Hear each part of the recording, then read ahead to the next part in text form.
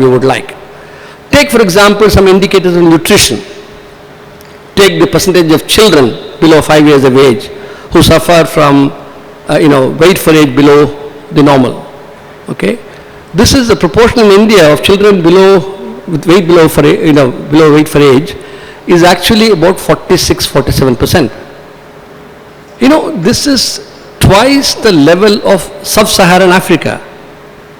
It's higher than in Bangladesh, it's higher than in Nepal, it's higher than in Sri Lanka, but the only country with whom we can compare ourselves and feel a little proud is Pakistan.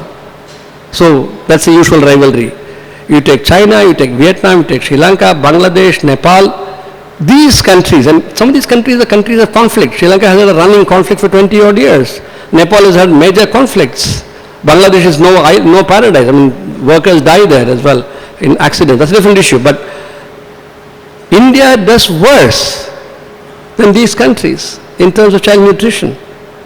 Take the percentage of women aged 13 years and above who are anemic or who have chronic energy deficiency.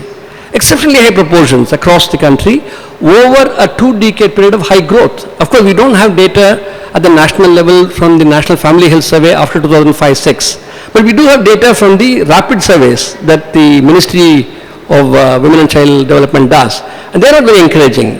We have very, very high levels of malnutrition, however measured, across the country. And of course, Ashok has been working on the issue of ICDS and so on. He knows the prevalence of wide levels of malnutrition in the villages that they have surveyed as well. And this is a recurring theme.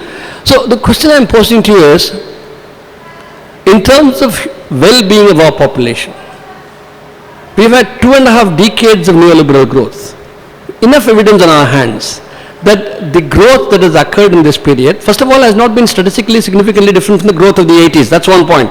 Growth in the 80s and the growth after that has been roughly similar, maybe marginally higher in some phases, like 2003 to 2008. But on the average, the growth rate has not been significantly higher. Secondly, it has been accompanied by persistent mass deprivation.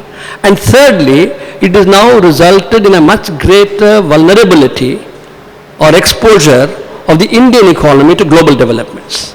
And I think that's the last part that I want to focus on in the rest of my presentation, because I have totally about 35 minutes, which means I have another 15-20 minutes. I want to spend the first half giving you a quick overview of the policies that have evolved. Now let me focus on the current situation. We had a period of high growth rates of GDP from 2003-04 to 2007-08. In fact, if you go back to 2004, remember the slogan of Shining India, which everybody believed, including the ones who propounded it, and of course the people didn't believe it, so they voted very differently in 2004. It's another matter, they voted in another fashion now.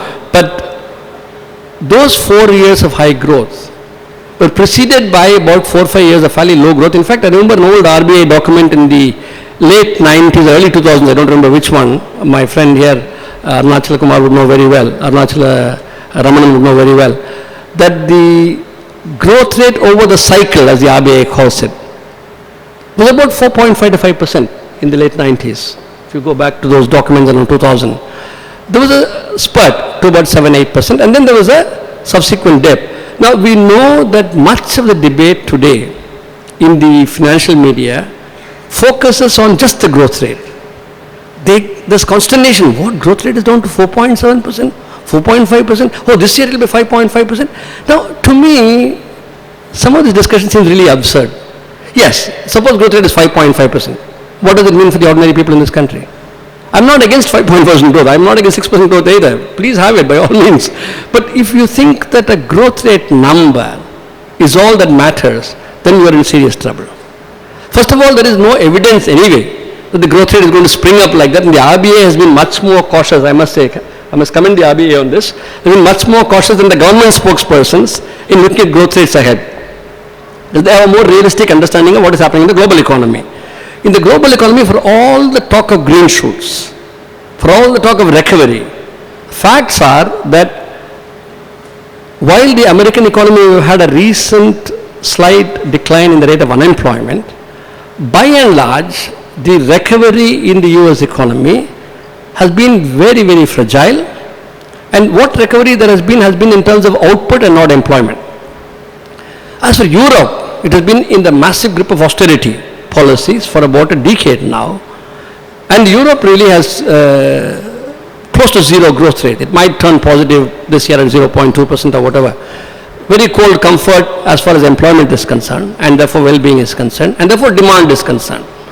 In fact, there's an IMF economist who wrote some time back, who talked about the lost decade, LOST, lost decade, and he was referring to 2008, 2018. I forget the guy's name, very important IMF writer, and not known to have any left-wing views, very proper, conservative, neoliberal IMF economist, who made the candid confession that 2008 to 18 will be practically a lost decade for global capitalism and for the people under global capitalism. The fat cats are doing well.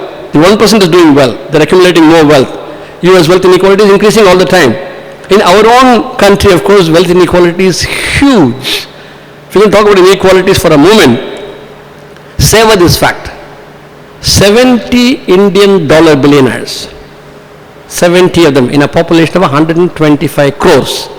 $70 billionaires have a total wealth in this country, in this poor country, which is equal to somewhere between 25% and 30% of GDP.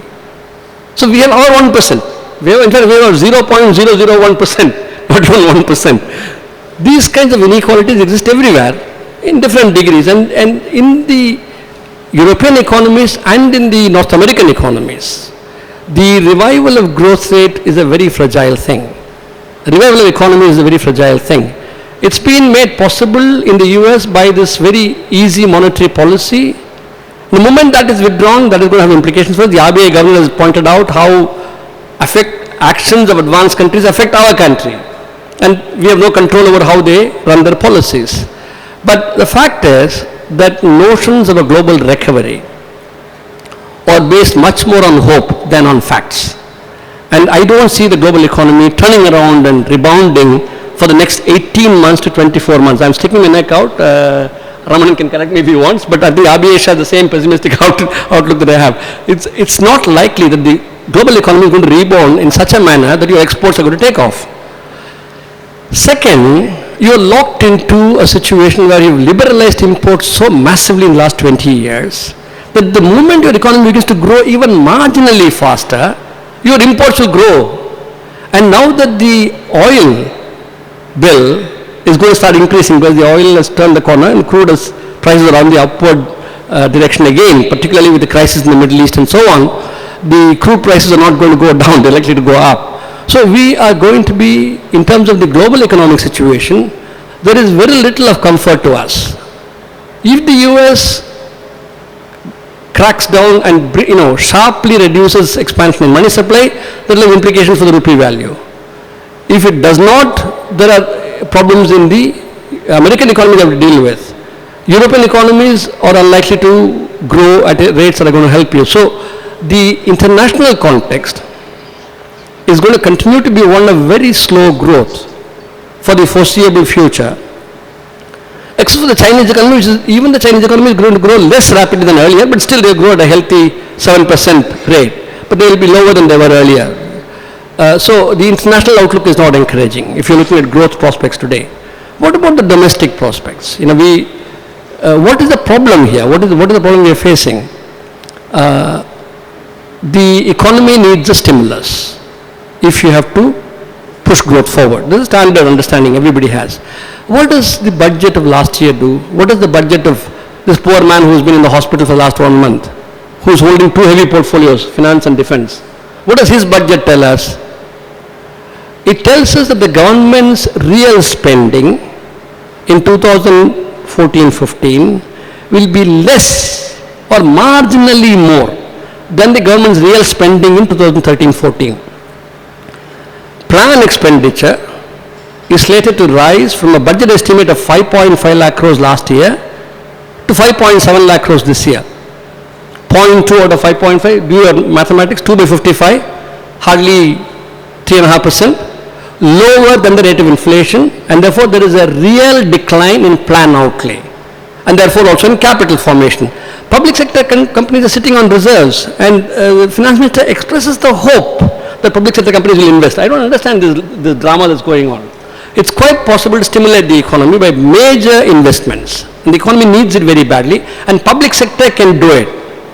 If you sit waiting for Godot, waiting for private sector to invest, it's not going to happen unless they see profits before their eyes. So first of all, there is no stimulus to the economy in the budget. The overall expenditure rises from about 17 lakh crores to about 18 lakh crores. Again, hardly 6%, hardly lower than the rate of inflation, in fact. Therefore, there is going to be a real reduction in spending in the economy by the government. So no stimulus in the economy for the government. No attempt to address inflation in the budget. In fact, the budget envisages huge cuts in subsidies for fertilizer, food and energy, and this has implications for prices. Prices will rise. RBI is trying so hard to control inflation, but the government of India is doing everything possible to exacerbate inflation. With all these gimmicks of slashing subsidies, hurting the poor, and at the same time reducing expenditure which will not stimulate growth, the government still is unable to reach a fiscal deficit that it desires, except by budgeting for a huge amount of receipts on account of disinvestment. This is the crux of the budget. Officially 43,400 crores are slated for disinvestment, but the government budget document actually says that they expect to raise a total of 75,000 crores, and the rest of it comes from selling or leasing out of services and resources and so on. So there is the entire exercise is not based on mobilizing resources from the well-to-do and using it for development purposes, undertaking spending of a productive kind, but rather on cutting back on spending, slashing subsidies, and selling public sector assets in order to manage the fiscal deficit. You will excuse me if I spend a couple of minutes on fiscal deficit, because there is a very important concept there. It might seem like class in economics, but bear with me for a minute. The fiscal deficit is the difference between total expenditure by the government, capital and current, and what they call non-debt receipts. What are non-debt receipts? Receipts that do not constitute debt. So basically taxes, surpluses of public sector